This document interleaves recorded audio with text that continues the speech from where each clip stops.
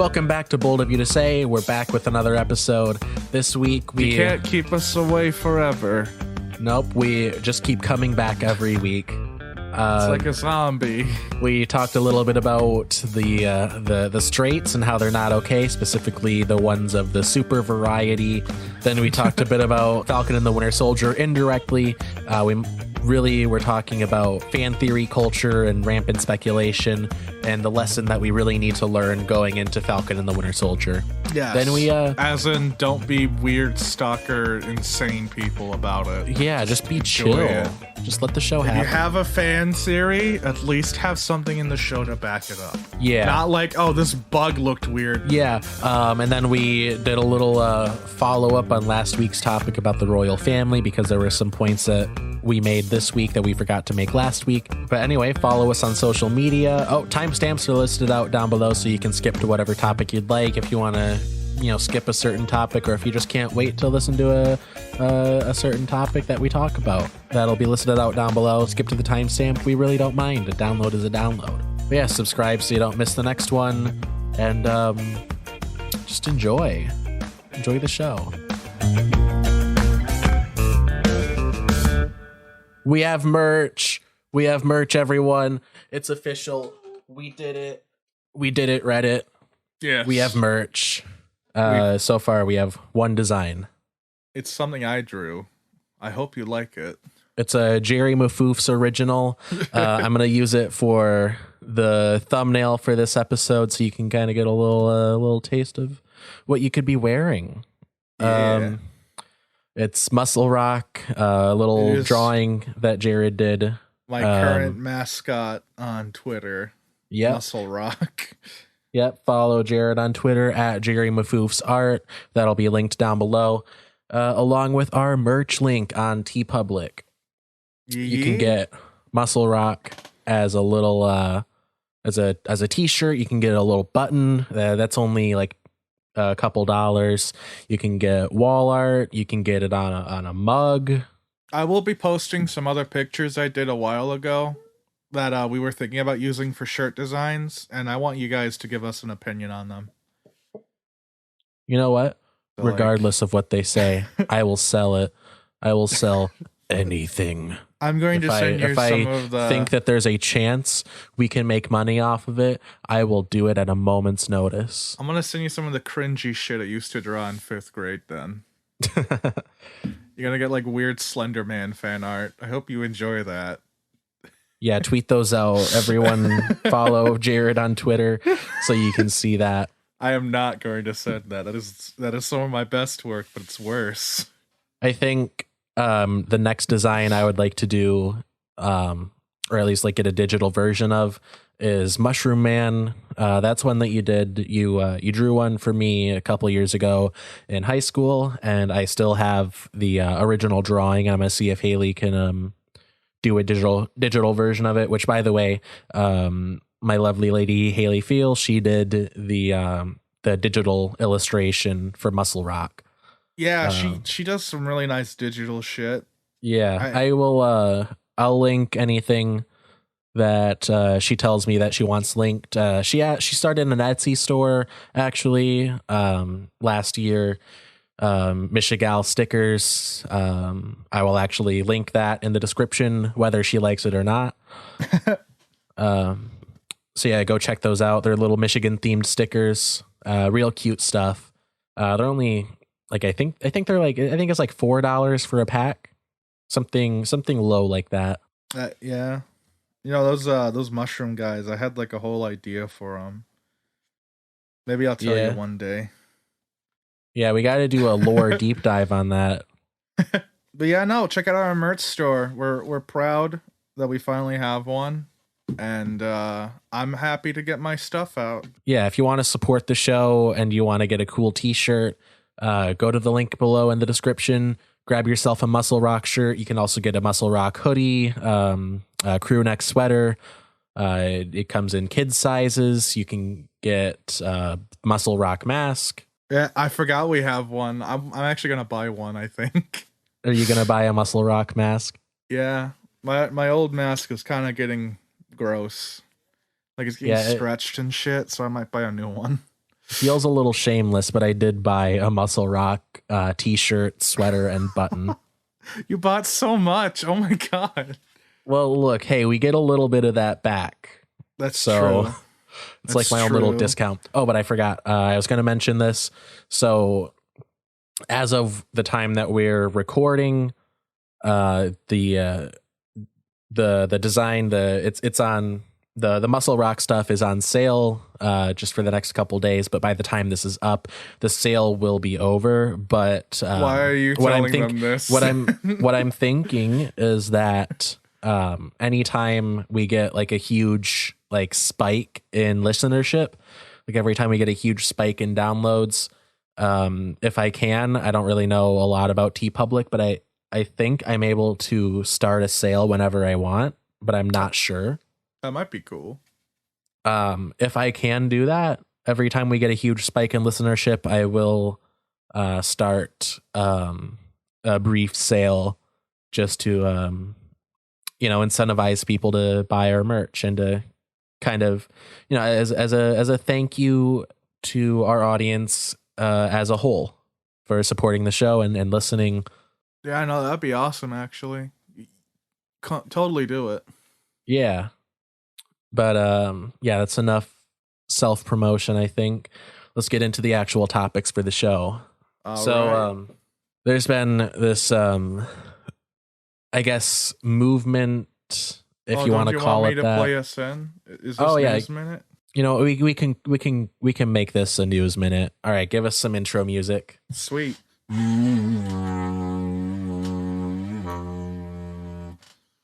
Thank you for that. News minute. I made a cardboard didgeridoo. I don't know how to play it. But yeah, so really awesome thing happened, and I say that with the highest amount of sarcasm my horrible voice can muster. Yeah, so QAnon, the guys that raided the Capitol, have decided to invent their own sexuality. Yep, the straights are not okay. As a straight, that's true. We are not okay. The straights generally are not okay, and at this juncture in our culture, they are especially not okay. Yeah, because there's a new sexuality that right-wing straight conservatives have come up with as another way to make themselves the victim and hijack yet another social movement. It's called, what is it, super straight? Yep, super straight. Like super dumb. Got 'em. Oh. No, but for real though, like this thing is probably the dumbest thing I've heard of. And yeah, so we should give the listeners a little bit of background before we get into it. So what the idea of super straight is it's a sexuality that is basically straight people who don't want to date trans people. Now, I know what a lot of people are probably thinking, wait, that doesn't sound like a sexuality. That sounds more like a preference in dating people. And you are abso-fucking-lutely right, because that's exactly what it is. I hate things like that, because there's so many like sexualities out there that just, like, when you hear them, it's like, no, that's just a preference. That just sounds like you prefer dating this person. Like you know how there's people who are like, oh, I only date skinny people? That's not a sexuality. Yeah. That's a preference in the people you want to date.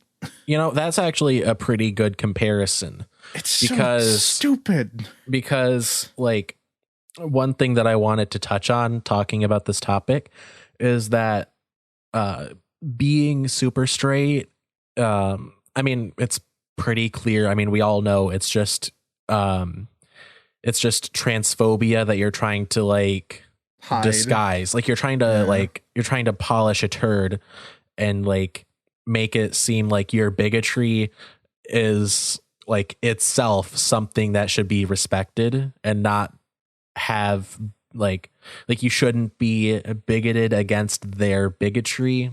Yeah, that's another thing though I hear a lot is that you need to be more tolerant to people you don't get. It's like Yeah, Well, I do want to here's get the to that, thing. but Jared, let me finish my point. So Yeah. what you were saying about like how it's like, oh, you know, if you only want to date skinny people, that's just like a preference and it's not like its own sexuality. That's a pretty good comparison because it's similar in that like you're allowed to have that that preference. Like if you don't want to date someone based on their genitals or based on their weight or their body type, like, you know, it's a free country. You're allowed to date whoever you want, and you're allowed to not date whoever you don't want to want or whoever you don't want to date. But it starts to become a problem. And and if you are like jumping on the super straight bandwagon, I want the point to come across that it like the reason that people are calling you transphobic isn't because you have that preference. The reason that people are calling you transphobic is because, and maybe you don't do this, maybe you're just like, yeah, you know, I have this preference also, and this makes sense. I'm going to call myself this. If that's you, fine. I'm not talking to you. I'm just speaking to the super straight, I guess, like terminology as a whole. The fact that it had to be given a name, or the fact that people are treating it as its own sexuality and making a huge deal out of it, the fact that people feel the need to announce that they're super straight, that's the issue. Because most of the time, no one asked and no one really cares. Like there's gonna be people that have any given opinion, like make up an opinion, someone's gonna have it. So there's going to be some people out there that are going to call you transphobic if you don't want to date a trans person. Shit, people started calling someone racist because they said that they don't have a preference towards specific skin tones and stuff. And it's like, yeah, it's a weird thing, but like, I don't think you're inherently racist because you have a different taste in people. Yeah, I guess this has just been a rambly way of saying like, you're not being oppressed because you don't want to date someone that you're just not into. Yeah, that's pretty much it. Like, it's not a huge deal, and people that are like the right wing trolls that are like, I'm super straight and this is my sexuality and you have to respect that. I'm not transphobic because I said that trans women aren't women. Like that's where the issue lies. It's such a dumb thing because they're like, oh, you have to respect my things, and then they don't respect others. And then like, yeah, wasn't that their whole thing was like, oh, these people need to respect our boundaries because like people were coming out as gay and now like they're coming out as retarded. I'm sorry. that was pretty mean. But that's basically it's just so stupid. Yeah, by the way, the official stance of Bold of You to say is we do not condone the use of the R word. And I will be reprimanding Jared after this is over. I am sorry for my discretions, but you know what? I can say that. I'm allowed to say that word. He will have a talk with our PR department, and I will send him to HR. He will talk to Adam. I am allowed to say that word because I am also retarded. So, fuck you. What are you gonna do? Censor me? Can't censor me. Censored. Can't censor me. What are you gonna do? Fire me? Gets fired. Oh, I guess they are. But yeah, you were bringing this up earlier. Like they're trying to get people to tolerate their intolerance. Yeah, and it's just like that's not what tolerance is. Tolerance is like understanding people's viewpoints and like accepting them and allowing them to exist. Tolerance isn't like some guy sitting there insulting you to your face and then you just have to sit there and deal with it. Like, yeah, like that's a thing some people do consider tolerance, but like that's not what everyone wants when they say that they're trying to be tolerant. They just want people to just shut the fuck up and mind their own business. Like that's what I believe tolerance is. You like something? Good for you. You like it. Now just shut up. Yeah, like the super straight people like have the same energy, and I'm sure they share a large like percentage of their people with the like all lives matter movement. Yeah, those people. Where it's like, and we were talking about this earlier, but insane, like extremely religious people. Well, no, what I'm saying is that both like the super straight and like the all lives matter, like that kind of like attitude, and all, like also like, oh well, you know, if the blacks have their own television network, BET, then why can't white people have their own TV network? And it's like, well, first of all, you do. It's called CMT. It's called fucking Family Guy. Even the Cleveland Show. That's white culture. So no, white people don't need their own TV network. But anyway, that's a bit of a tangent. What I'm saying is that all of those things, like, oh, why can't white people have their own blank? You know, why can't we have our own? Why can't we have our own straight Pride Month? Why can't we have a white Pride Month or a white History Month? Well, because you didn't need to fight for that, right? Yeah, aside from like the facts being that you don't need it, it's just like it's inherently reactionary bullshit. Yeah, where it's like you're not coming. This isn't a good faith argument. You're not arguing like sincerely that you think that you need your own flag, or which we're gonna get to later, or you need your own, you know, History Month, or you need your own whatever. Like you don't feel like you need it. You just feel like since other people have it, then you should have it. And you're so used to society being custom tailored for you and your demographic that you don't know what it's like to be even mildly excluded from anything. Yeah, that's the thing that always gets to me, is like how many people are like, oh, there's oppression, and it's like barely even anything. It's like, you fucking kidding me? Yeah, I think I was more oppressed in the lunchroom. Yeah, it's like, and I'm white. It's like you're a kid at a birthday party, right? And one kid has a whole pizza to himself, and you're like, you know, hey, can I get a slice? And you know, the parents, or you know, whoever's running the party is like, oh yeah, sure, you can have a slice. Then the kid with the whole pizza to himself is like, whoa, hold on, he gets a slice and I don't. Now that's real it's oppression. Exactly you don't same. Understand, Alex. I've been in that situation. I'm joking, by the way. I have had 7 pizzas to myself.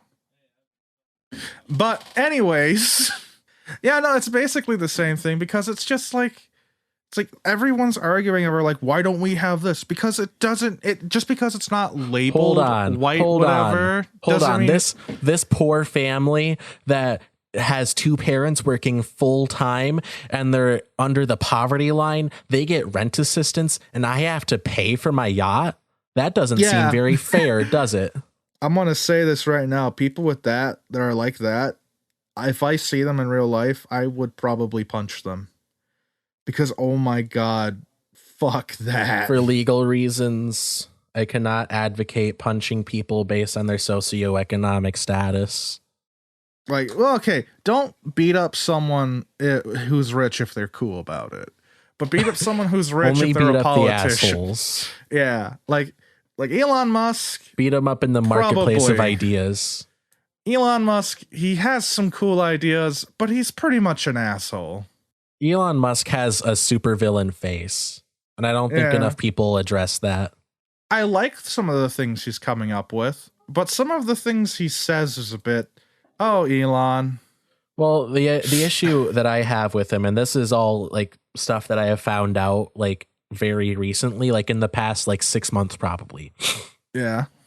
Elon Musk, like from what I have gathered, like he's not like he's not like an engineer. Like he doesn't design his products. Like he's like Tesla.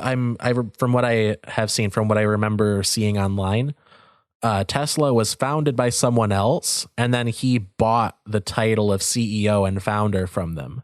I wouldn't be surprised if that's true. because his dad built his fortune on I forget what mineral it was, but mining something. Was it emeralds? I think it was emeralds. Emerald mining in South Africa, I believe. Yeah, because they're all South African, the whole Musk family. Yeah. So like his father built up this massive fortune on the backs of impoverished laborers. And then Elon took that money and then used it to just buy the title of genius visionary. Yeah. He basically bought the real life role of Tony Stark. Just wait. When he accidentally blows himself up one of these days, he'll turn himself into actual Tony Stark. He'll have a change of heart. No. I was gonna say he'll be like Tony Stark because he's an asshole at first, but then he gets kidnapped by terrorists and he has to make a mech suit to survive. Yeah. No, I think that definitely the most annoying part of Elon Musk is that he's used his money to build this image of like himself as like a rags to riches story. Yeah, rags to riches story where it's like he earned everything that he has now, and he spends countless nights staying up and designing the next Tesla car. I'm sure he does do some designing, but it's not as like amazing as it sounds. Yeah, maybe. I'm pretty sure he's like a business major. Yeah, he doesn't even do STEM related stuff. Yeah. No company that has a longevity is founded on a single person. Do you think Steve Jobs was this innovative master that did all the shit that he did? No, he had a team of people. No, that was Steve Wozniak. Yeah, probably. But like, it was a team of people that he stole the ideas from, no doubt, and just marketed it as his own because that's what the paying is, that's what the contract states. Isn't that like what his biopic was about too? Because I never watched saw it. But I don't know what Steve Jobs' biopic was about, but the man is boring as fuck to me because he's not the brain. He also thought that drinking grass juice would like cure cancer. Now you see, this is why we don't listen to these people. Yeah, I wasn't planning on talking about this, but can we stop taking vaccine advice from Bill Gates? Can we stop treating him like he's a virologist or anyone that's remotely qualified to talk about like, when lockdowns are going to stop and when COVID is going to go away? But Alex, he invented the cell phone. He knows these things. You're right. No, every time I see an article that's like, according to Bill Gates, everything will be up and running by April. It's like, okay, that's exactly like when Trump was like, oh yeah, in April it'll magically disappear. Just the year before, exactly a year before. He's saying he's doing basically the same thing Trump did and got roasted for, rightly so. But now that it's Bill Gates, suddenly it's like, oh well, he's got a point. He is a scientist or something. No, he's a businessman that bought out scientists. Here's how to look at it. Nikola Tesla was the greatest scientific mind of the 19th century. I think it was the 19th century. Maybe it was the 20th century. No, I forget how centuries work. That's when electricity was invented, I think. Yeah. And then Thomas Edison was the businessman that stole his ideas. To be clear, I don't think that electricity is something that was invented. It was just something harnessed by humans. I just don't want people in the comments being like, did you say that we invented electricity? No, it's like when people joke about Newton inventing gravity. Sorry, go on.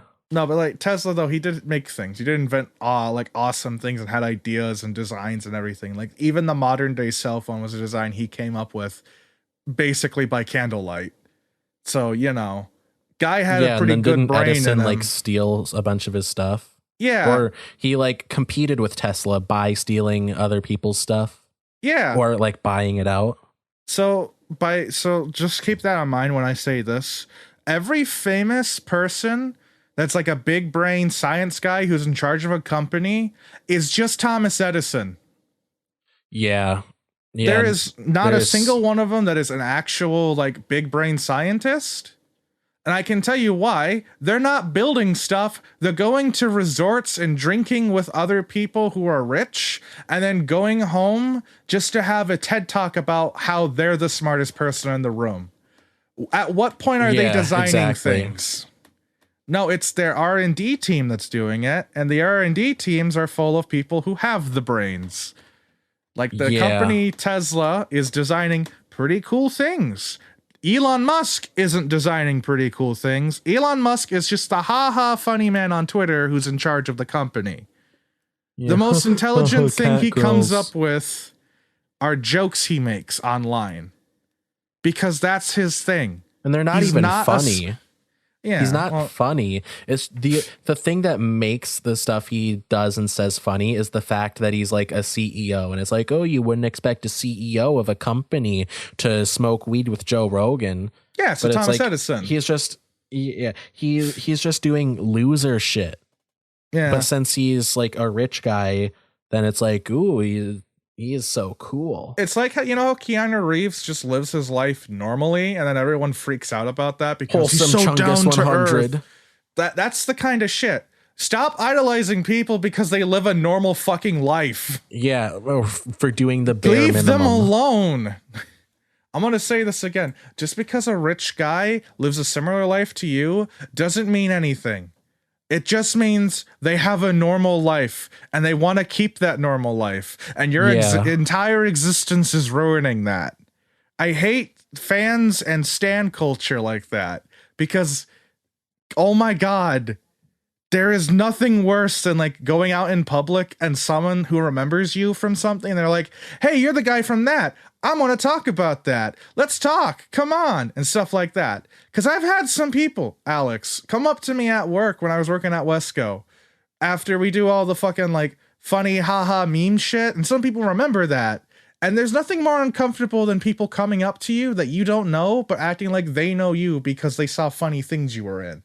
Wait, hold on. So there were fans of the Russian Tsar that came to Wesco and were like, and they were annoying as fuck. Yeah, I can see that. Yeah, I built up like a middle school fan base when I was in high school, just being a bit of a meme. And like, I thought it was annoying that people were coming up to me like a couple of times. It was like once or twice in the last 2 years. Yeah. Now imagine that every second of your fucking day. And yeah, I can understand why, so many celebrities are getting into hard drugs and other horrible shit, because I would probably do the same thing too. Yeah, no, I remember the first year that I did stand up. This was like after the school talent show, and I was just I was in the grocery store parking lot putting a cart back on the thing, and someone drove by. It was like someone's dad or something, must have been. He was like an older guy, and he was like, "Hey, I saw you in the talent show," and I was like, "Oh, thanks."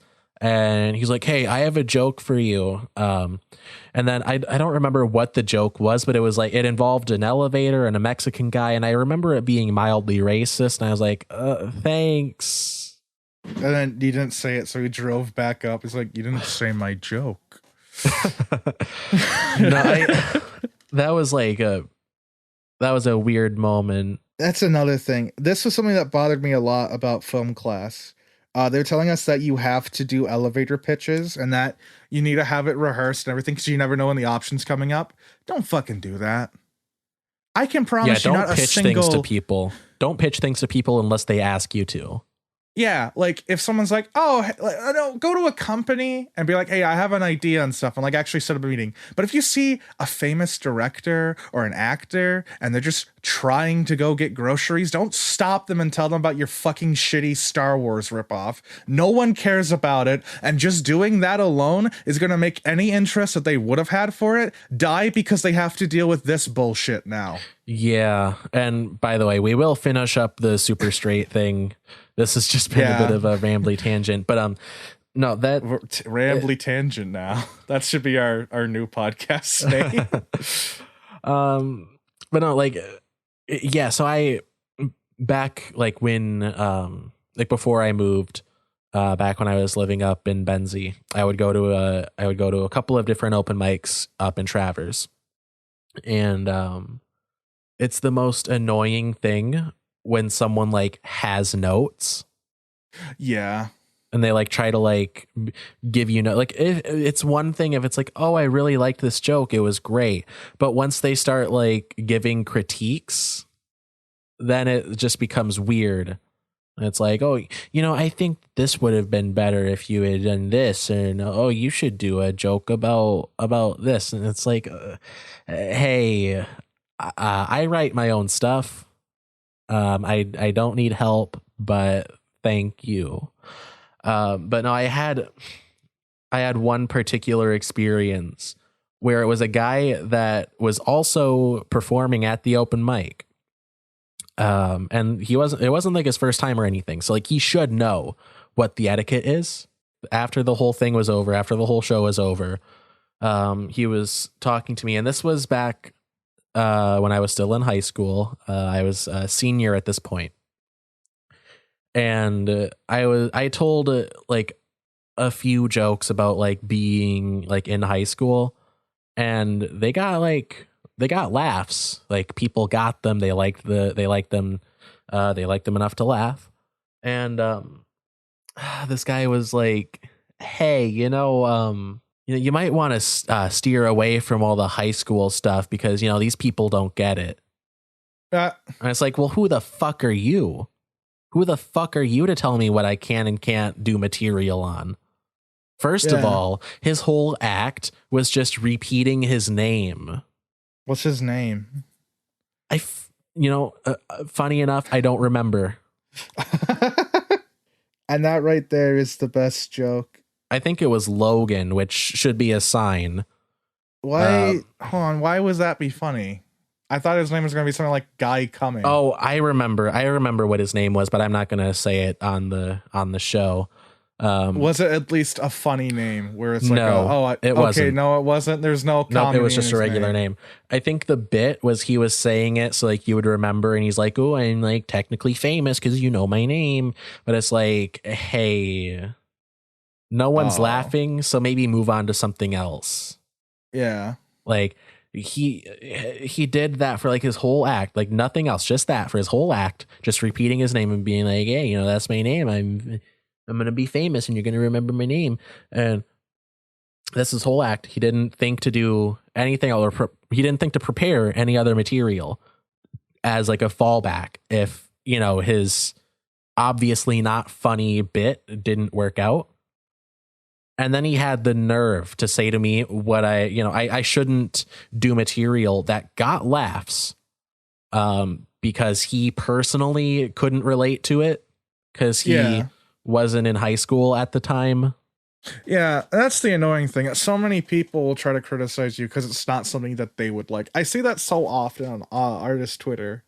Is like people will draw a picture of something, but it's not something someone else enjoys, so they'll throw a hissy fit. I don't like that art style. You should draw it different. By the way, this isn't a commission. I'm just telling you publicly that you should draw a different thing that I like. There is a person whose whole thing was that they drew pictures of like characters, but they do them in like different ethnicities, and people were starting to freak out because of it.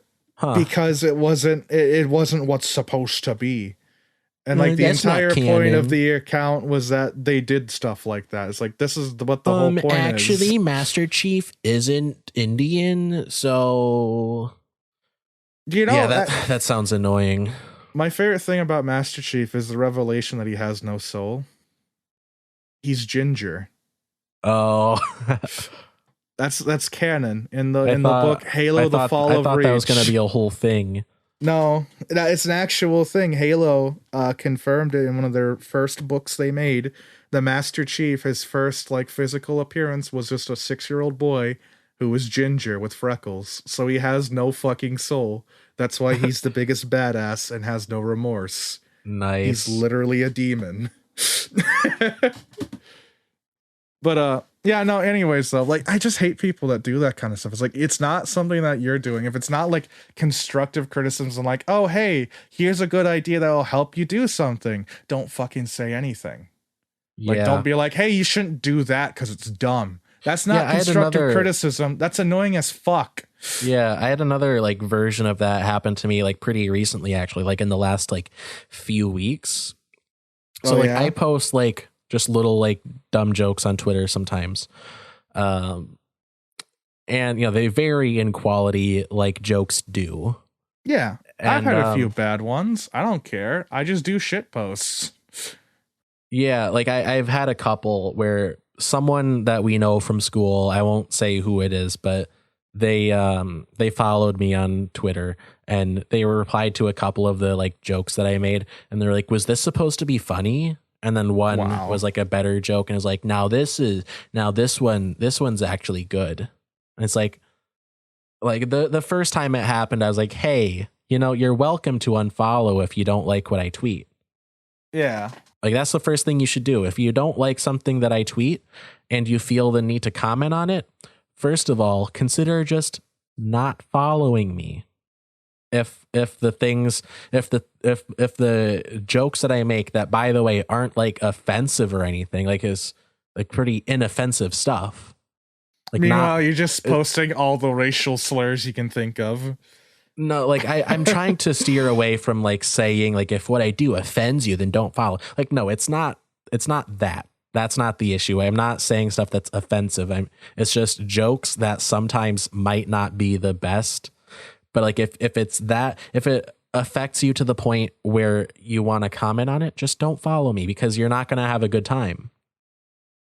But yeah, like after they were like, no, this is actually a good one, I ended up just blocking them, because it's like, how do you deal with this?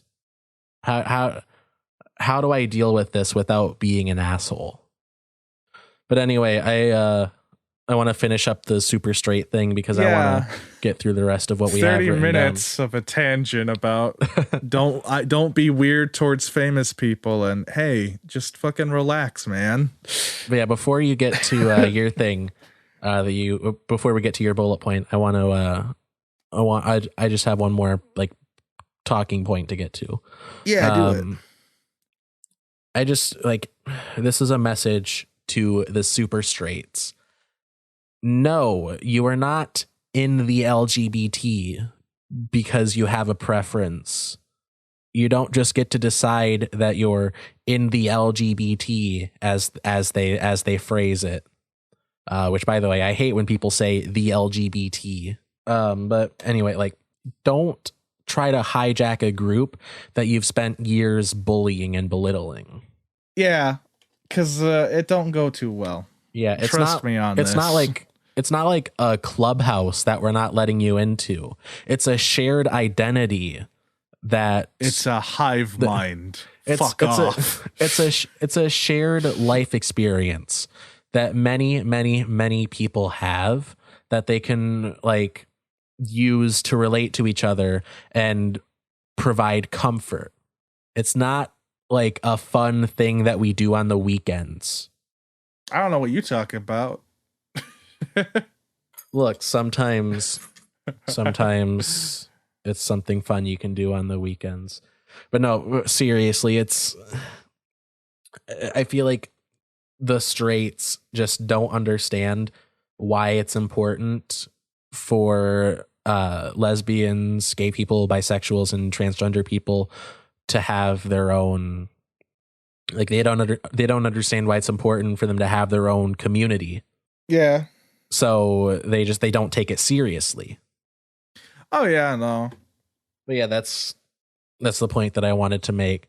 But yeah, you had a point that you wanted to make. Yeah, I think like a lot of things, especially with like super straight and sexualities and stuff, like the flags. I think the flag thing is dumb. 'Cause like everything has a fucking flag. It's not just like sexuality and gender now. It's literally just like anything. And it's like, what the fuck? Why? I don't understand why. It's like, what's the point of having a flag for everything? You know? I mean, I don't mind flags as a concept.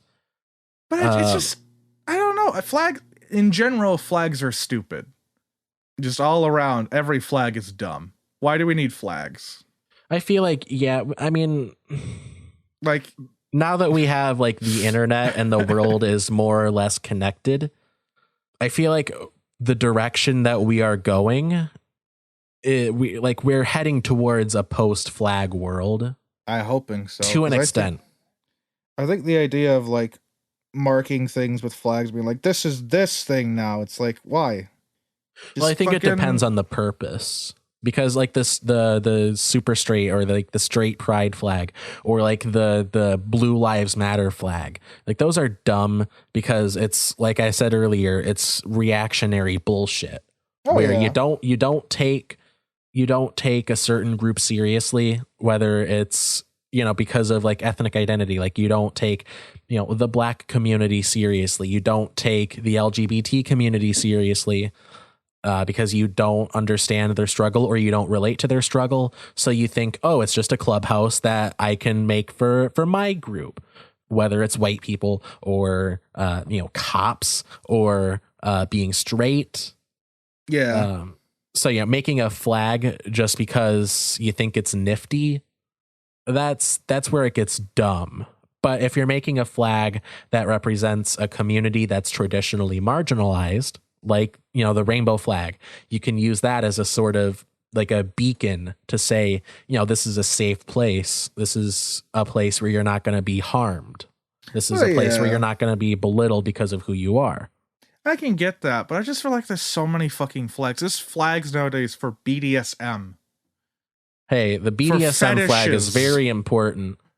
I'm just saying, maybe people went a little overboard with the idea of we need to have a flag for things that we like. Look, Jared, I know that I said that flags are important as a beacon to show that you won't be harmed. But in the case of the BDSM flag, I think it's very important to have a beacon that says, if you come here, you will be harmed if you'd like. I'm just saying, though, it's like, I don't get why everything needs a fucking flag. Like, I can understand shit like if you're protesting. Yeah, I get a flag, so it's like this is the guys that are doing that.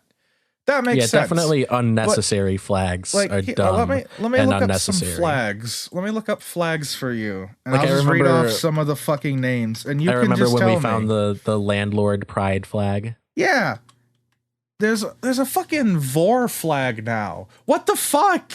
Who has a flag for that? I really hope that it's a big flag with a little flag inside of it. Fuck off. No, it's like fucking... I think it's like the ace flag colors, except different. But it's just like, I don't get it. I really don't. Like, I understand, like, some of it. Like, where it's like, oh yeah, use a flag as like a symbol to show, like, this is this side, this faction, or whatever. But, like, there's so many fucking flags, and, like, half of them are just like... Why? Why did that need a flag? Granted, most of the things I'm asking why on are people's fetishes, because why do you need that? Why do you need to showcase, like, your fetish in a flag? I don't understand that. Is that your fetish? Yeah, I feel like at that point it's just for fun. This is another thing. There's a lipstick lesbian flag. What the fuck does that mean? I believe that's a specific type of lesbian. Hold on, I'm gonna look it up. I don't understand. There's just so many flags for everything, and it just I don't get it. Okay, lipstick lesbian is a lesbian who favors a glamorous, traditionally feminine style. Does that really need a pride flag? I feel like if I was a lesbian, I would definitely be a lipstick lesbian. Yeah, but does that need a flag for it, though? Because that's just a lesbian that likes to look fancy. That's not really... I don't know. I feel like for a lot of that kind of stuff, like the general pride flag pretty much covers it. Yeah. But I do understand it for like I understand the necessity for like a bisexual pride flag.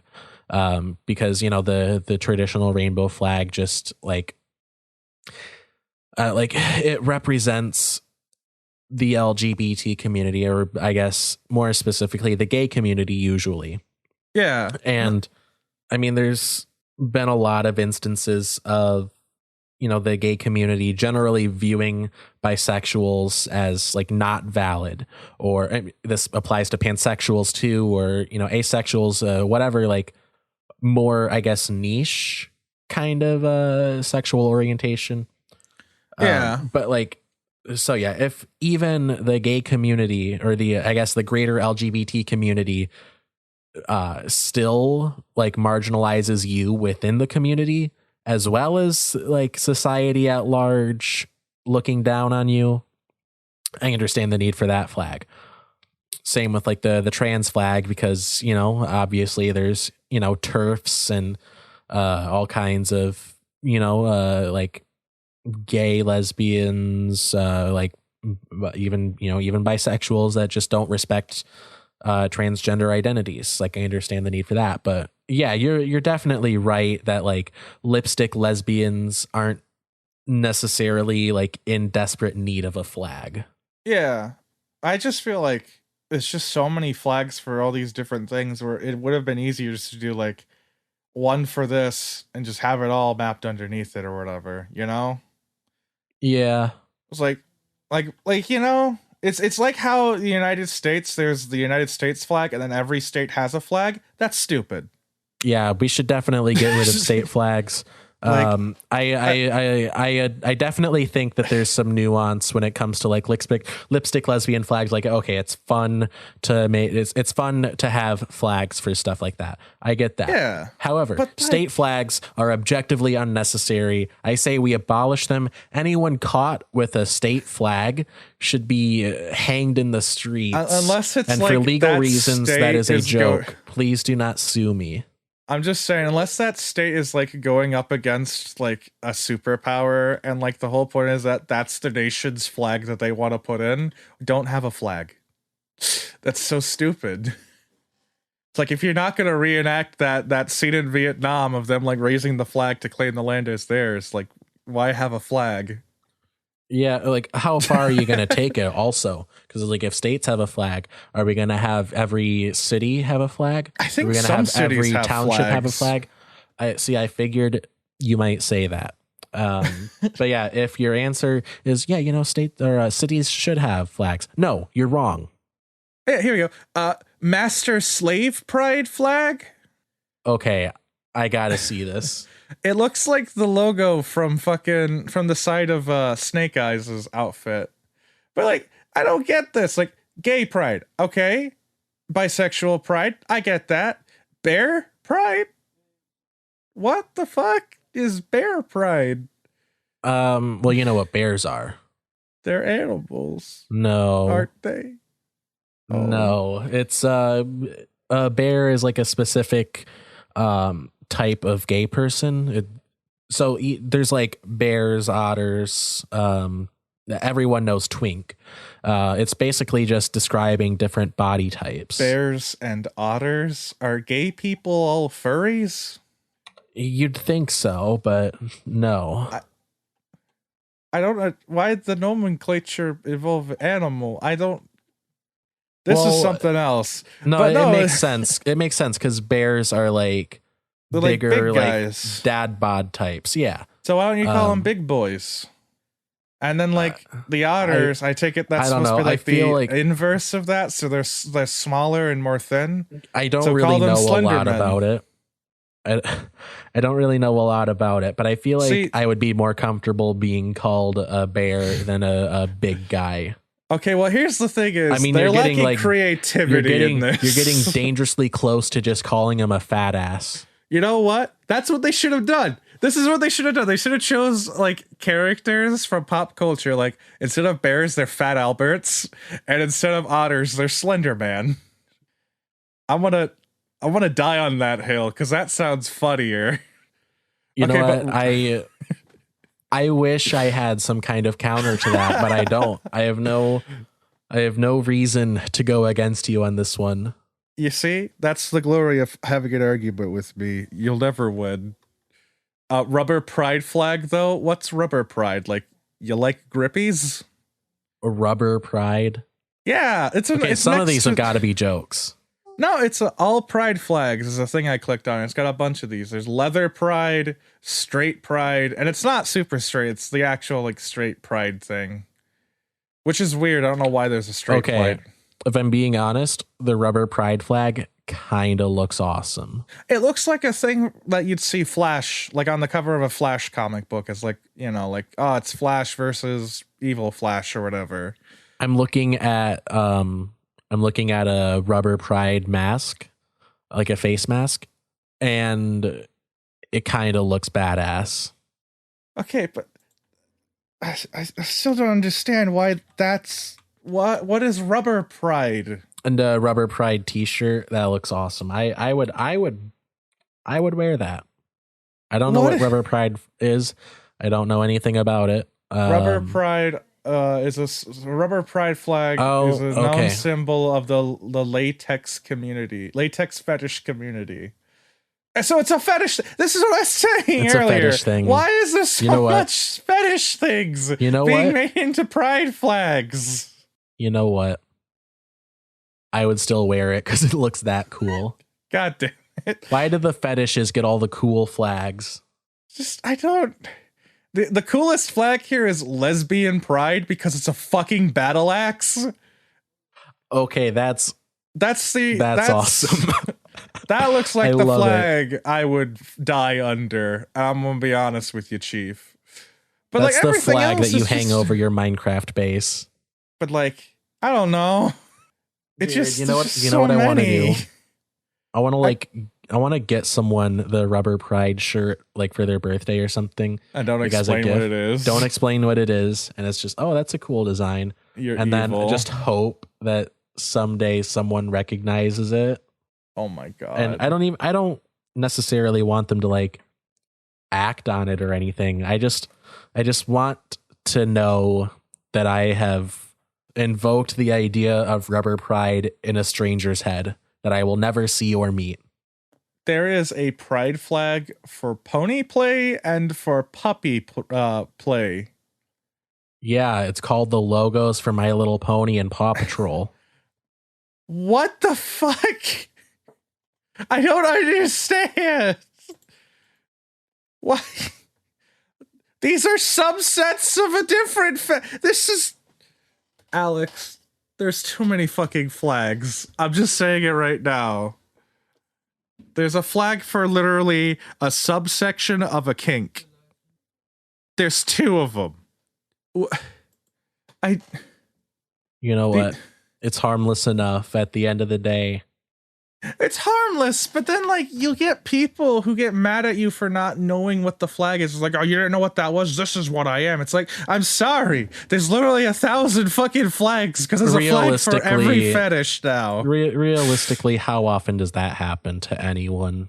Well, not really that often, but it's still annoying when it does happen. Realistically, how often are you going to come across someone that's like, what do you mean you don't know? You don't recognize the cock and ball torture flag? That's the flag. I've seen that flag. I think I have it saved in my phone somewhere. You're the guy that gets mad at people for not recognizing them because you've memorized all these flags.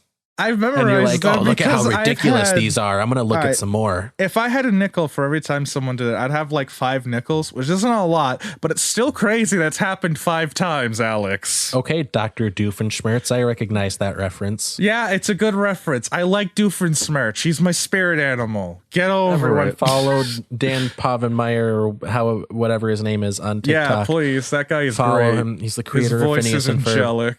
Hold on, let me get his name. I don't want to tell you guys to follow someone but not get their name right. All right, Dan Povenmire. That guy is amazing, and I am happy that he did all the things he did. He's real active on TikTok. He tells fun stories. It's awesome. He rocks the goatee without the mustache look, and it looks good on him. And I can't say that about many people. Yeah, I feel that sometimes. Strikes me as a good dude. Fucking his voice, cause he did the voice for Doofenshmirtz too, right? He did. Yeah, he's got a great voice. I want him to only speak like really Doofenshmirtz. He does have a voice actor voice. He's like the perfect level of fame because it's like he has clout. He created Phineas and Ferb. He created Milo Murphy's Law, which is sort of like a spin-off. So he has clout. He's in the business. He has a lot of great stories. He has connections. So he can tell you a good story about certain celebrities. But he's not a mega star to the point where he's completely jaded and hates fan interactions. Yeah. That's what I'm striving for. That's the level that I want to be at. Okay, so I know you don't want to get more of this, but I found more flags, and these two are just annoying the fuck out of me right now. It's All right. the rainbow. All right. You pride get one flag. more flag. You get one more flag, and then we are moving on. The thing is that these are two. It's a two-parter flag because it's the same flag, just slightly pick different. Pick one. Okay, fine. I'll pick one. So it's the rainbow, like gay pride flag, except it's got two gender symbols on it to showcase that it's only the male version. Why? And there's another one that's the same but for females. I don't understand. It's already the gay pride flag. Do you see what I'm talking about now? There's so many flags. It's all meaningless. That's not even a fun one. Like, I understand, like the It's rubber all one and meaningless. the lipstick lesbian one. Like those are at least a fun design. Those are like at least something that would be fun to have as a pin on your backpack. Look, I'm gonna say this. But all that's just pride flags, effortless. It's lazy. The only pride flag that should be is the lesbian one because it's the fucking axe. Oh yeah, that too. Oh, what's that? Lesbian labris? Labrit? Oh, hold on. I think that's another subsection. All right, what's the other one then? I don't know. I'm typing it up right now. No, the other one that you were going to tell me about. Oh, that was the other one. That's why I said it's a was? two-parter. Yeah, I lied and tricked you into having me say both of them. I'm sorry. That's it. I'm going to call the Among Us imposter, and I'm going to tell him what you've done, and he's going to come into your room at 3 a.m. in the morning tonight, and he's gonna be sus all over you. Well, that's cool. I just learned something new from the lesbians. A labris is a type of double-bladed axe, which is what they have on their flag. And again, I'm going to say this right now. The only pride flag that should exist is the lesbian one, and that should just be all of it. Because that gets the point across. Just flag with a battle axe on it. Us, yeah, because we're double-bladed, and we're a fucking battle axe. You know what? That's the flag. That's if I could be a pride flag, I'd be the battle axe pride flag. It's an awesome design. Like every other one of them is just the same general idea. Like this one, it's demisexual, but it's just a Nepal flag. The joke is because there's a triangle in it.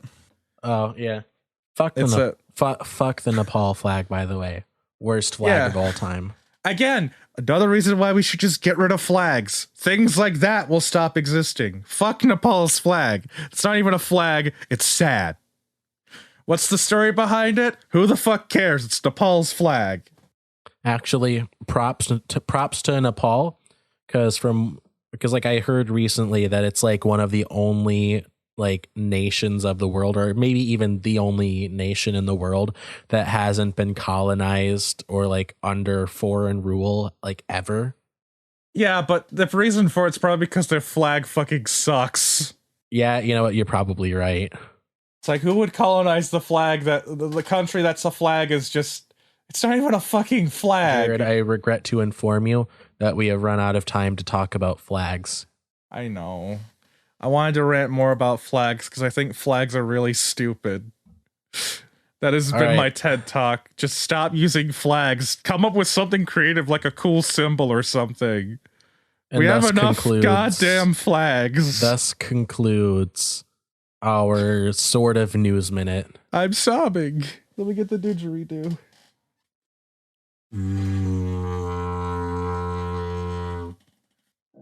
All right, what's the first topic we're going to discuss? All right, so an hour. WandaVision wrapped up 2 weeks ago by the time this episode comes out. And looking back on it, the fandom kind of ruined it. Yeah. Well, it didn't. It wasn't ruined for me. The finale, it was ruined for a lot of people, though, specifically people that spent the entire runtime of the show speculating about when Mephisto is going to show up. Which, again, I know we've talked about it extensively, but I feel like we really need to learn from that, because when this episode comes out, Falcon and the Winter Soldier will be available. Episode 1 will be available on Disney Plus, and I do not want a repeat of WandaVision with yet another show. Look, I'm just excited to see fucking Baron Zemo in his actual costume. If anyone ruins this for me, I must stab them. You have to understand this. I have already seen it happen. There's already articles speculating about when Red Skull is going to show up. He is not. Yeah, Alex, I know. I am angry. Red Skull is not showing up. He's not going to show up in the show. I shouldn't have to explain why. It's like they don't even watch the movies. And like, that's the thing. Whoa, hey, Jared. Probably don't watch the movies. You're starting to sound like a gatekeeper. You're starting to sound like a gatekeeper, Alex? That thinks that to understand the 30th part of a franchise, you have to like have an understanding of the first 29 parts. Well, that's the thing, though, Alex. Gatekeep. This is a case where gatekeeping is kind of okay because it actually helps the people trying to watch it so they don't start saying dumb shit like that. I'm just going to say this. If you haven't seen the big-ass movies that grossed thousands of dollars yet, Red Skull is on a fucking They've grossed moon. Thousands of dollars. You know what I meant. Point is, though, Red Skull lives on a fucking moon. The price of a mid-sized sedan. Yes. But the point is, though, Red Skull lives on a fucking moon and his job is to watch a stupid rock all day. He's not coming back. The main bad guy is some other Nazi piece of shit. Like, they've already did the Red Skull stuff. They can't really do it anymore. If they do it more, it'll be after Multiverse of Madness. Like, that's I'm calling it right now. They're going to introduce more bad guys and reintroduce some bad guys during Multiverse because they can get more money off of it. Because that's the kind of shit they do in the comics. And I have a feeling that's exactly what they're going to do because comic book culture and comic movie culture are eerily similar in a lot of aspects. And you know what? I'm all for it because I like that shit. If the story is good enough, you don't have to worry about some guy coming back to life. Yeah. But no, one particular thing from the WandaVision finale that got a lot of people all hot and bothered is Ralph Bohner. Which, when that happened, my initial reaction was boner. My secondary reaction was, yeah, that makes sense. That's about the only thing that could happen that would make any semblance of sense with what has been set up in the show and in the greater universe. Because we are at episode 9 of a 9-episode series. And you expect them to suddenly be like, oh, yeah, on the side, this person just came from an entirely different movie franchise. And now he lives here. No, it doesn't fit with anything else that's happened. It's just because we thought that it would look cool. No,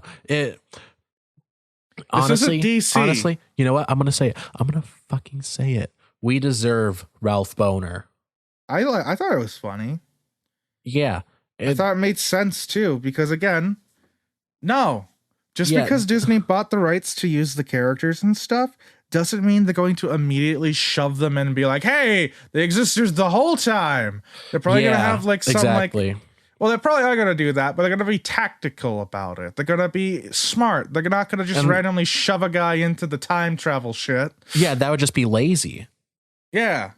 That would be that'd be completely lazy writing. By the way, my favorite thing about it, though, is they did it as a red herring because, of course, I was going to drum up speculation, and everyone fell for it. And because they fell for it, they think Disney's bad because of it. Yeah. No, it would just be completely lazy writing to be like, oh, yeah, by the way, last minute, this character is from like a different franchise. And yeah, because, we couldn't think of another way to introduce mutants other than just saying, oh yeah, this guy, this guy that canonically was born in the 50s.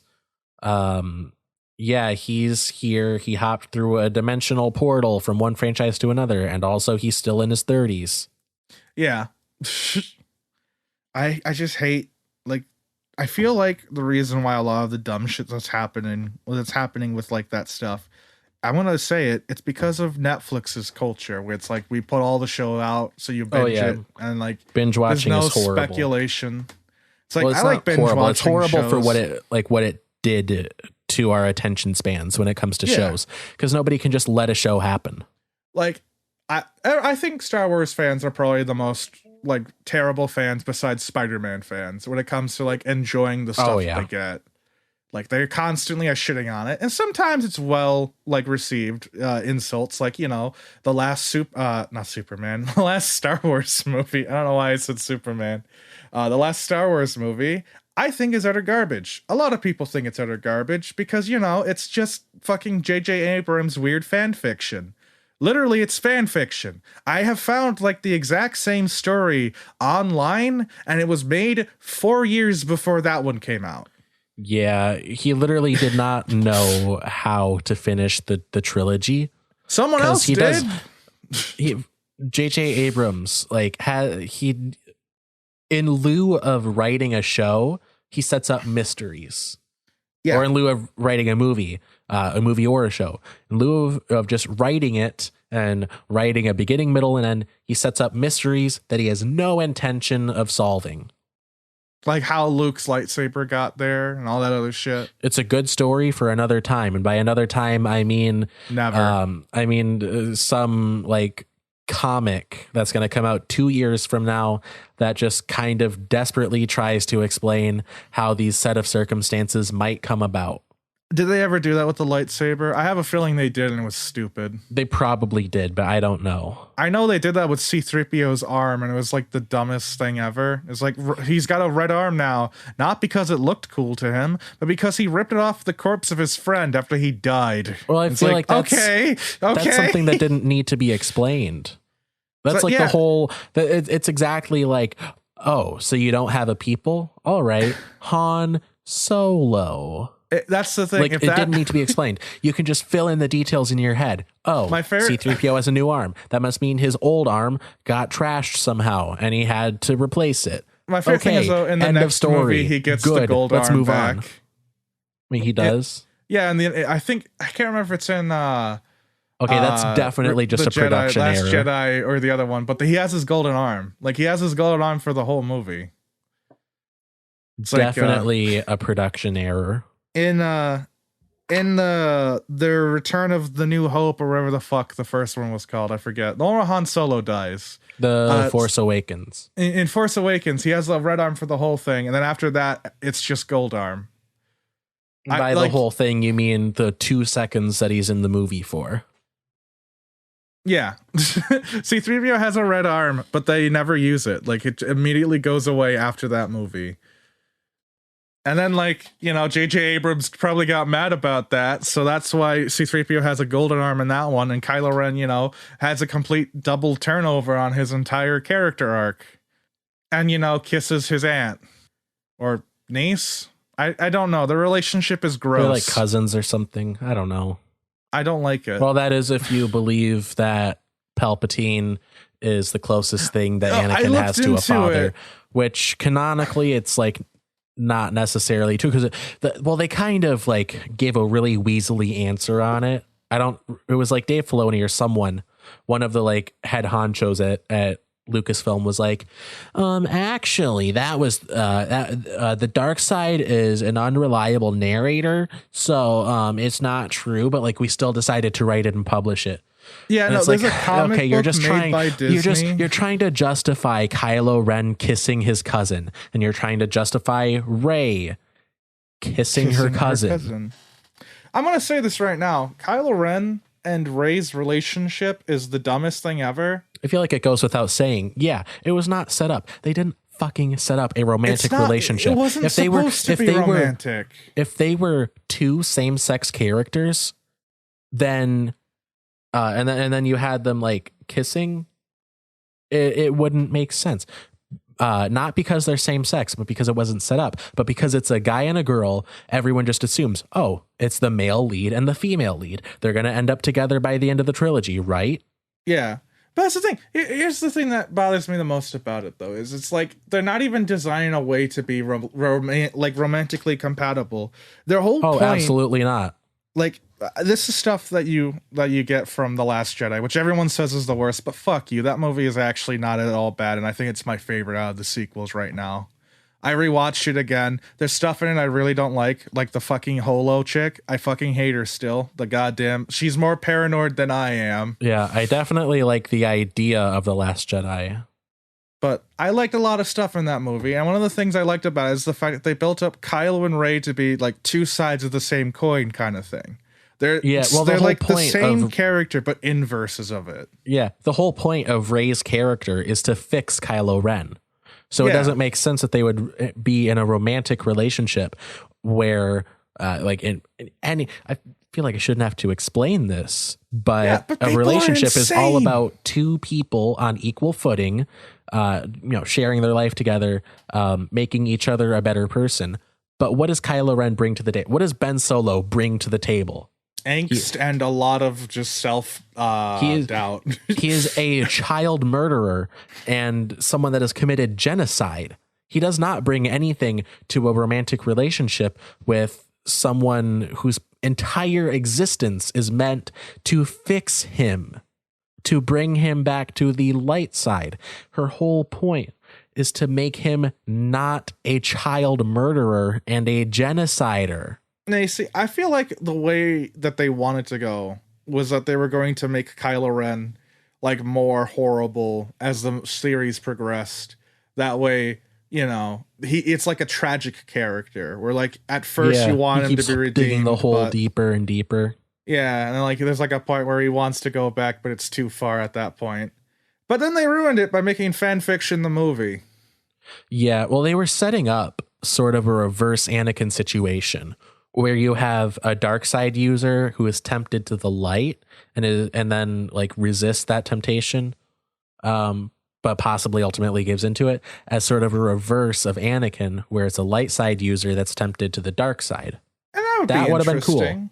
Either one of those. Either it's Ben gets or Kylo Ren gets progressively worse, or he you show the temptation of the light side. Either one of those would be good. But what they did just ended up being horrible and very lazy and very like it felt very hodgepodged and very last minute. Like it was just thrown together. What I want to see so bad is that version. I forget who made it, but it's the one that the Daily Planet talked about. Oh, the Colin Trevorrow script, if that's how you pronounce the name. A whole lot of the things in it I absolutely love, especially like the villain's character progressions. For example, they make Hux out to be like an actual interesting character. He's not just some fucking comedic piece of shit ginger Hitler. Yeah, he's an actual like intriguing character that's unique for the story and actually stands out more. He's not just generic evil guy. And again, since so we fucking stupid, I hate that movie. Since we are talking about Rise of Skywalker again, I will link the Nando V Movies rewrite in the description down below. I will link part 1. Watch that. Watch part 2, 3, and 4. I think that's the number that there are. But watch those because they're infinitely better than what we actually got from the Rise of Skywalker. Yeah. Rise of Skywalker, like everyone complains about the sequels, and I can understand the complaints with them. I liked the sequels except for the third one, and I see where there's a lot of problems in it, especially with some of the things in The Last Jedi, just because some of those characters were just so fucking dumb. Holo is one of my least favorite characters, just because like I understand the idea behind her, but oh my god, no one would follow someone like that in real life. If someone is that paranoid and insane about there being spies and shit, you would have people defecting like a motherfucker. Yeah, I mean, look at what happened in Clone Wars. Like they had someone with like the same level of paranoia and they got murdered for it. That's a kid's show. I think the main issue with Holdo is like she feels like an Umbridge type character. Yeah, except she's supposed to be built as like more heroic. Like she's supposed to be the good guy. But she's built like Umbridge. You're supposed to like realize by the end that she was right. And like Finn is supposed, or not Finn, Poe is supposed to learn a lesson about like, taking orders and, working as a team. But really, he was fucking right. Yeah. He was right about it. Absolutely was. He's one of the most at every celebrated step of pilots. At every step of the way, he was right. Because, like, think about it from the resistance fighters' perspectives, where, you know, you have been fighting alongside this unit. You know, you have a respected rebellion leader in Leia. Yeah. And, you know, she's gone. And then who takes her place? Some stranger that you don't know that claims to have, like, been friends with her at some point. Who won't tell you anything. She won't tell you anything. And you're supposed to just blindly follow her when there is a big chance you are going to die under her leadership. Yeah. Like, even the Empire isn't like that. What is the best case scenario for that? The best case scenario is what happened, where she ends up killing herself to save everyone. But even then, if you all just coordinated as a unit, then no one would have died and you wouldn't have lost one of your largest ships. Yeah. Basically, Holo is what happens when you think you understand the art of war, but you're just an idiot. Like, I'm going to say this. In the Art of War, it says, like, just point blank, don't lose the cool stuff you have, because that probably means you're already in way too over the shit and you should just retreat. Holo wiped out an entire fucking frigate that they had. Before we get further into this, her name is Holdo. Oh, is it Holdo? I've been saying Holo this whole time. In every episode. I know. Holdo. No, I correct you every time. Do you? I do. Oh. Okay, but Holdo, though, she just wipes out, like, one of their ships, and this is a resistance? Like, they're the rebels? Rebels don't always have the most stuff. That's why all their shit is, like, chunky and, like, built utilitarian style.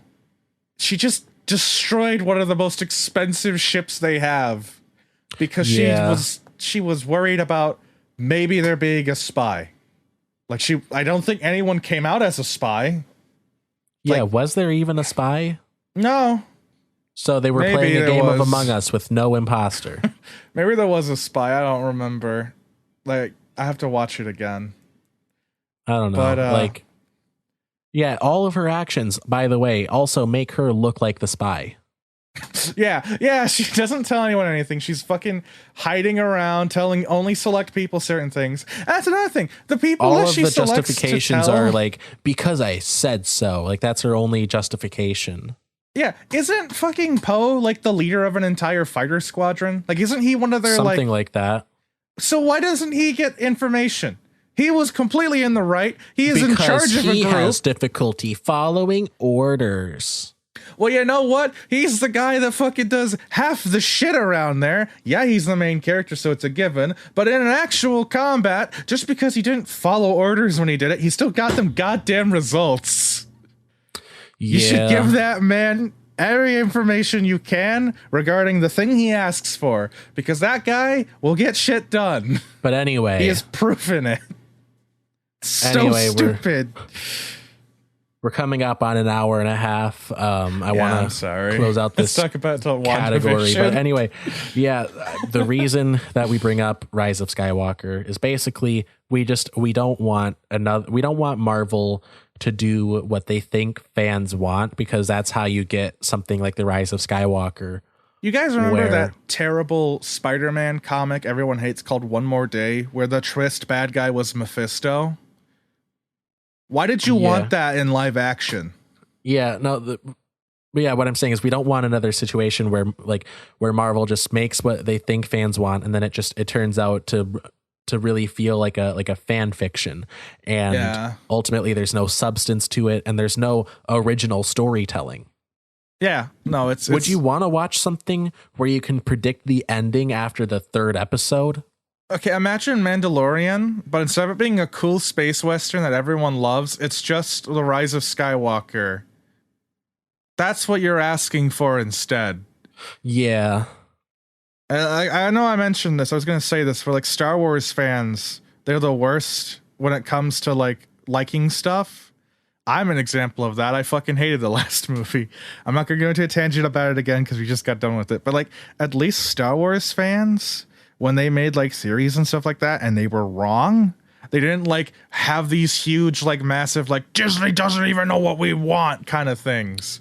They did do that, and that was annoying. I think the most infuriating part is like all of the people, like all of the Mephisto theorists, like once we got like the Ralph Bohner reveal, I mean, we can debate the merits of the joke, like if it's a funny joke or not. I think it's whatever. It's inoffensive. It's harmless enough.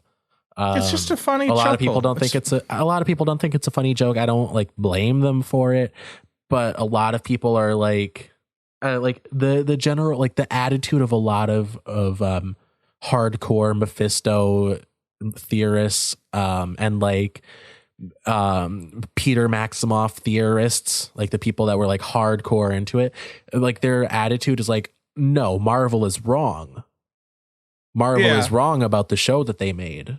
And that's something that bothers me a lot, because at least with Mandalorian fans and Star Wars fans, when shit wasn't like what they theorized, they didn't go at them and be like, this isn't right, because it wasn't just some random thing they came up with. They actually used evidence from the show to support it. And it was like, oh, I guess that wasn't the thing. Okay, cool story. Let's keep watching. Meanwhile, with WandaVision fans, it's like that wasn't. They brought this guy in who was on this project at a different point, so he must be this character now. What? He's not? This is a terrible show. How dare they trick me? Don't show any of these people American Horror Story. Yeah, they will freak the fuck out. Whoa, hold on. I noticed Evan Peters is playing a character, and it's not Peter Maximoff. What is going on? This show,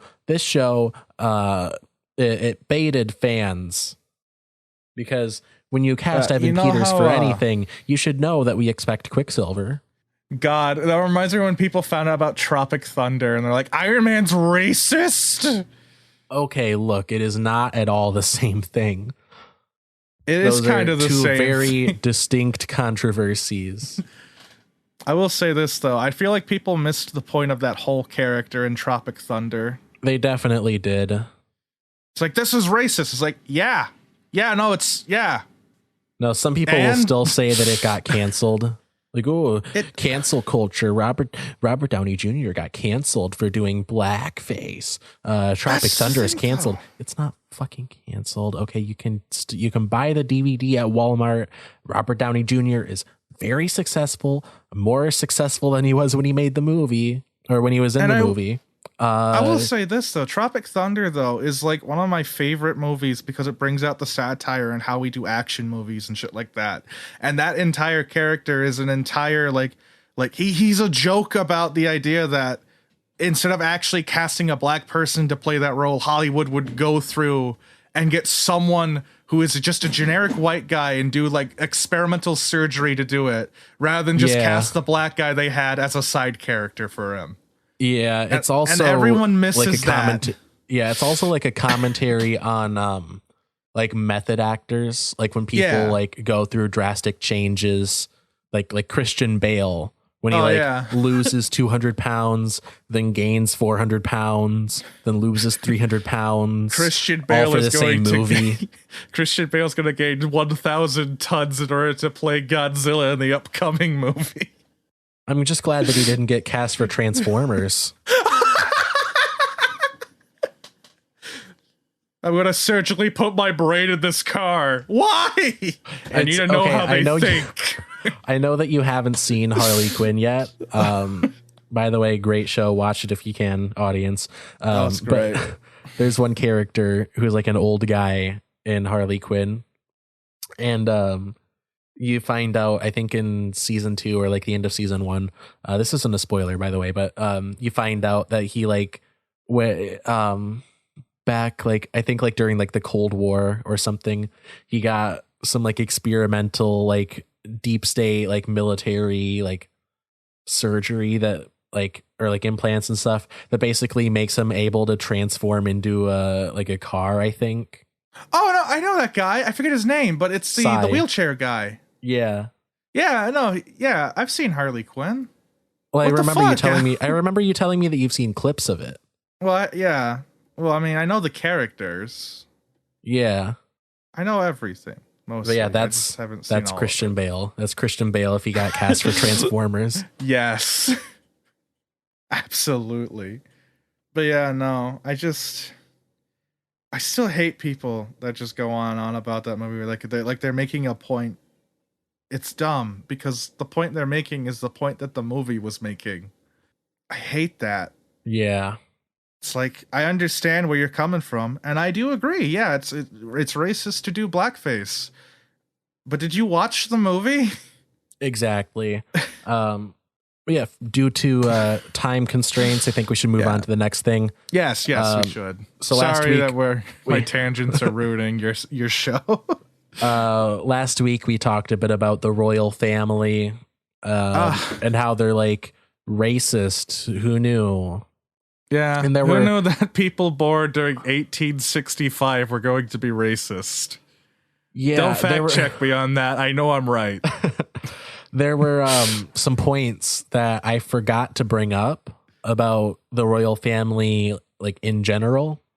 Oh, boy. First of all, needless to say, it's weird that we still have like kingdoms, right?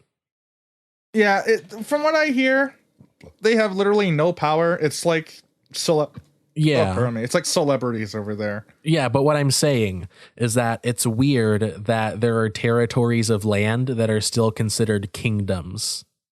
Yeah, it feels that is a bit like weird. It feels like we're living like in Adventure Time. Like it feels like. Just wait till you find out about the drug lords. It feels like Disney parks. I mean, shit, there's still kingdoms over in Africa and stuff. I know, I forget what it was, but one of the tribes apparently, they found out that Michael Jackson's related to them somehow, so they made him their king. Yeah, I watched that Fact Fiend video. But yeah, no, like, it's weird to think about how there's still, like, actual royalty now. I think there's there's royalty over in Middle East, too. I don't remember. Well, yeah, like Saudi Arabia, I believe, is like technically a kingdom. Yeah. It's just so weird to think about it being like there's still royal blood. How much incest did these people have? Yeah, exactly. How much of that blood still gold? One of the problems with especially like the British royal family, just as an institution, like this isn't just the British royal family, but it is specifically the British royal family, where all of the wealth that they have, one, is hoarded. Every $1 billion that the Queen wears with her fucking nightgown is $1 billion taken away from the UK citizens. Yeah. And at the same time, though, that wealth was stolen. Yeah. That wealth was stolen from like third world nations and like their colonies that they've had like in Africa and India. It's all like it's shit that they have taken from those sovereign nations and just decided is theirs, and we just let them have it. It's like that. It's like that scene from SpongeBob. Now let them have it. You can have it. But yeah, no, it's so insane to think about there. Like we're still letting that kind of stuff like exist in our cultures. And every person that like celebrates the new royal wedding, whichever one of the dumb fucks that hasn't done anything good with their lives is like every time you see someone celebrating them just choosing someone to have as their wife, like every person that takes part in that culture is pretty much standing by that. Like they're like non-vocally saying that they're fine with celebrating stolen, hoarded wealth. Yeah. And I get that it's like, oh, what a pretty dress and stuff, but no, it's bought with stolen money. I'm just saying, I think France had the right idea. France and Russia both had the right idea. Yeah. The right idea being we should kill the royal family. I'm joking. I jest. I mean, we should at least tax the royal family or remove them from the position that they it's like a guard from Oblivion. Hoard. pay the court a fine or serve your sentence. No, I don't wanna. I'm the queen. Then pay with your life. Honestly, if I was in the position to make that decision, I seriously, like, no joke, like 100%, I would just remove all of their wealth that they have. Everything that the royal family has that they didn't work for.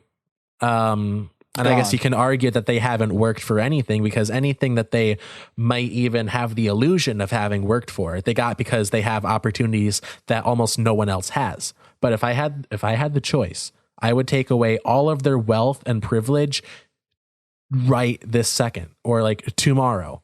I would have them wake up in a position where they have to rely on solely things that are available to the common working class citizen. You'd make them live our life. Not even out of spite or anything, as much as it would feel good for them to have to struggle for once. But no, just because that wealth should, one, be returned to where it came from, and two, anything that's left over that wasn't stolen needs to be redistributed to the people, the rightful owners. Yeah.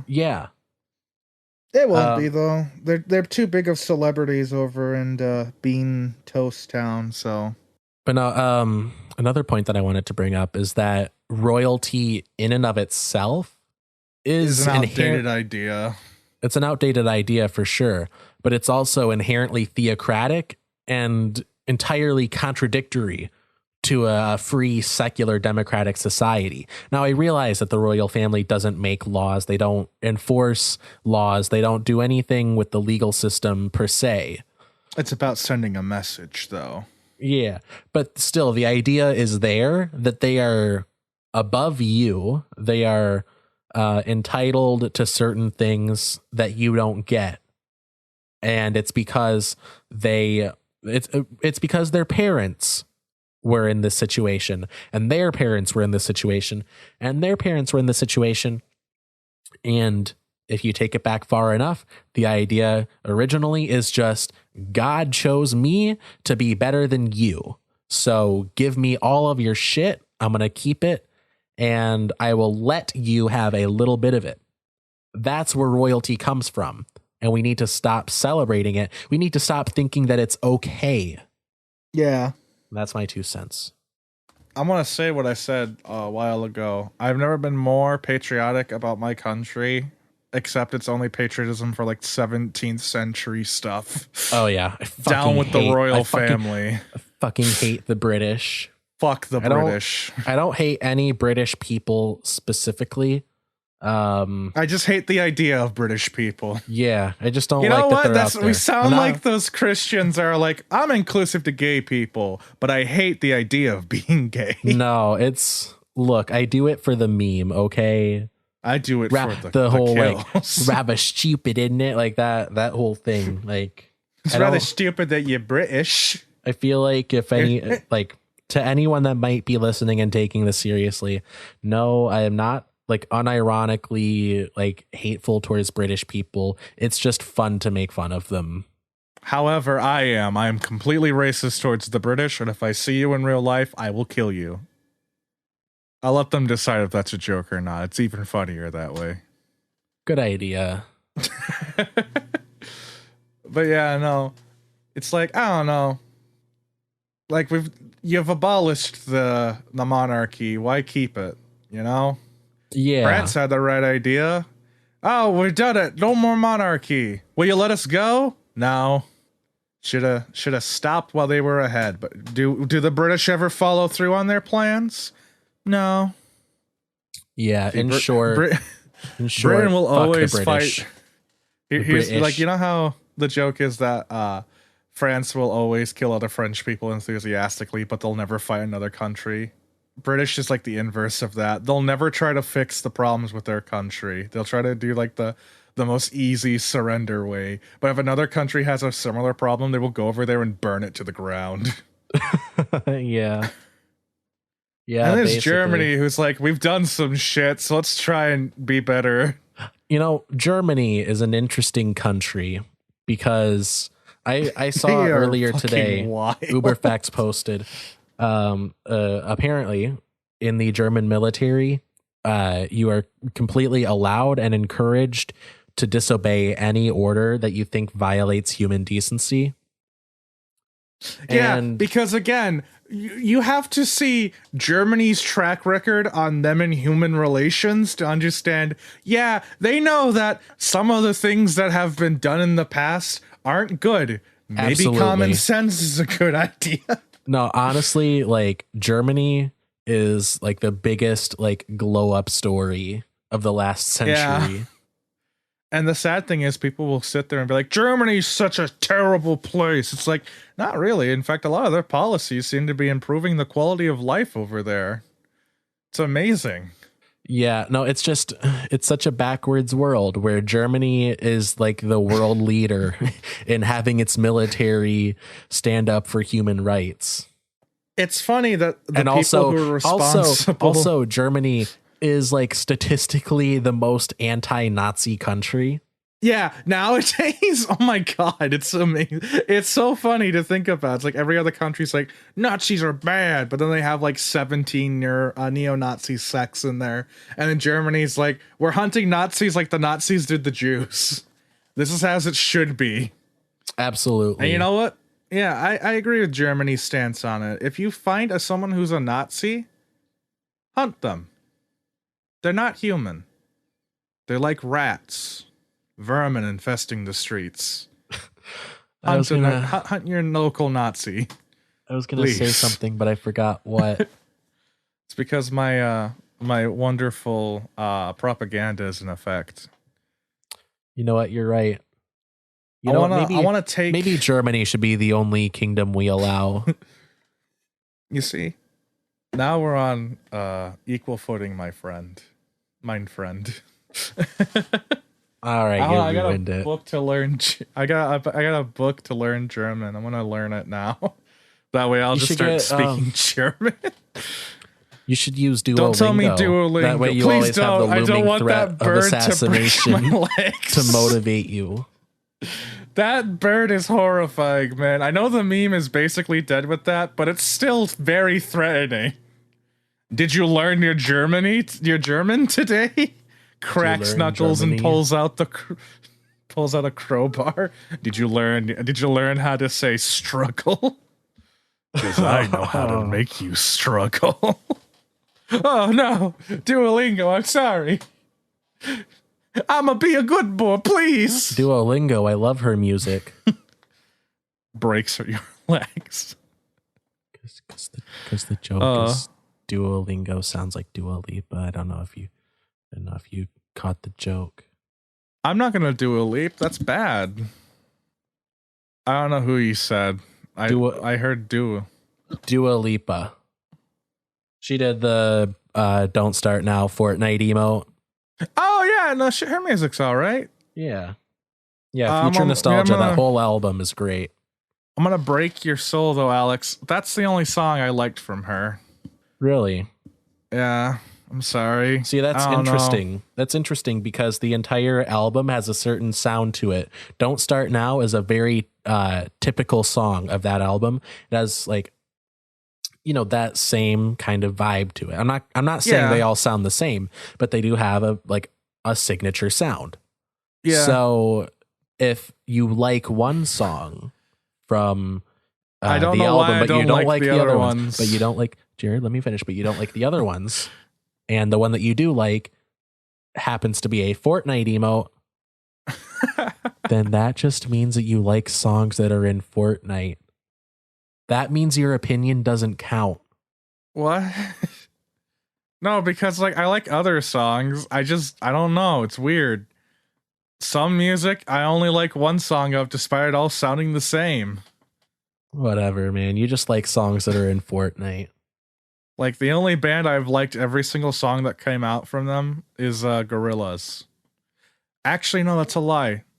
No, that's a lie. There's some songs I don't like from Gorillaz. You know what? Everything I said is a lie, and you have all been duped. Goodbye.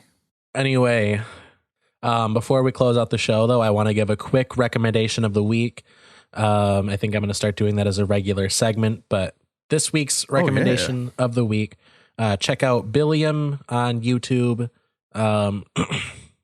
This doesn't really tie in with anything that we've talked about in the show. I've just been watching a lot of his videos lately. I guess the general theme of his channel is he does retrospectives on like mid 2000s era ish, like TV shows like on Cartoon Network and Nickelodeon. He's done a lot of videos on Scooby-Doo, and the different eras of that. He did a series on like old games like Wizard 101 and like Webkins. He did a couple of videos about Spy Gear, the Spy Gear toy line. He just did 2 videos on Ben 10, personal favorite of mine, and he did one on the classic show and on Race Against Time. So go check him out. Link will be at the bottom of the description under additional resources. Go check him out. Watch his videos. I've been enjoying them a lot, and that is the recommendation of the week. Can I also do a recommendation? Yeah.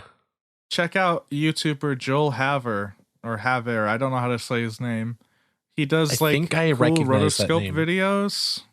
He does improv comedy, and I love every one of them. One of the series that he did, it's like a 4-part like little thing. Is called like when you play an RPG for the first time, and it's great.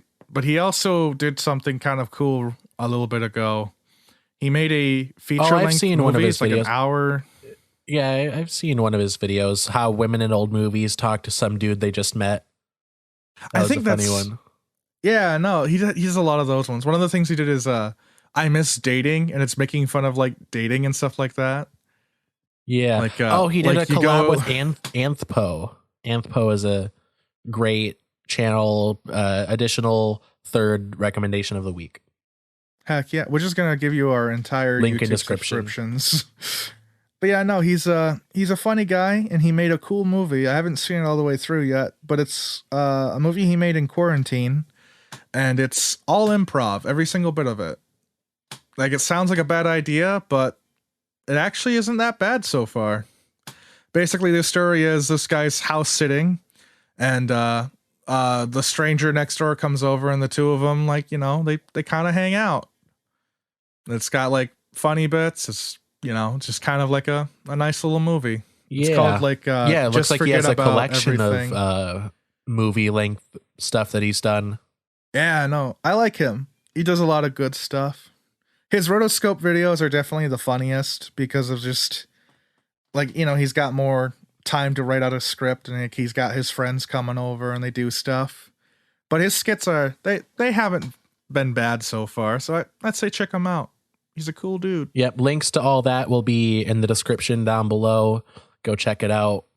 But I think that's all for today's episode. Yep. And that's all we wrote. We're bold of you to say. I am your host, Alex Myers. I am the other one. And thank you for listening to another episode. If you like this episode and you're not subscribed yet, be sure to subscribe, leave a like. If you're listening on YouTube, leave a comment with anything that you disagreed with us on, which statistically you must have disagreed with us on something. But if not, leave a comment with anything that you'd like us to cover next. Tweet at us. Our social media is linked down below in the description. Check out our merch page. Again, buy yourself, treat yourself to a Muscle Rock t-shirt. Get them while they're hot. Also, we have a donation link down at the bottom of the description. I mean, honestly, you don't have to give anything. We don't expect you to. It's not really that great of a financial decision, to be honest. You will get nothing out of it. But you'll make our hearts better. Yeah, if you want to, by like giving us money. If you want to support the show, definitely check out our merch page. We're working on getting more designs added, and share our episodes, share our clips. A link to our clips channel will be linked close to the top of the description. So go share those, tweet them out, get eyes and ears on the show. Leave us a review on Podchaser. That's like an IMDb site for podcasts. That's another great way to help us out. Preferably a positive review would be nice. But other than that, subscribe so you don't miss the next one. Ring the notification bell. Turn on automatic downloads. Turn on notifications for new episodes. But other than that, just thanks for listening. And have a good 9 a.m. through 9 p.m.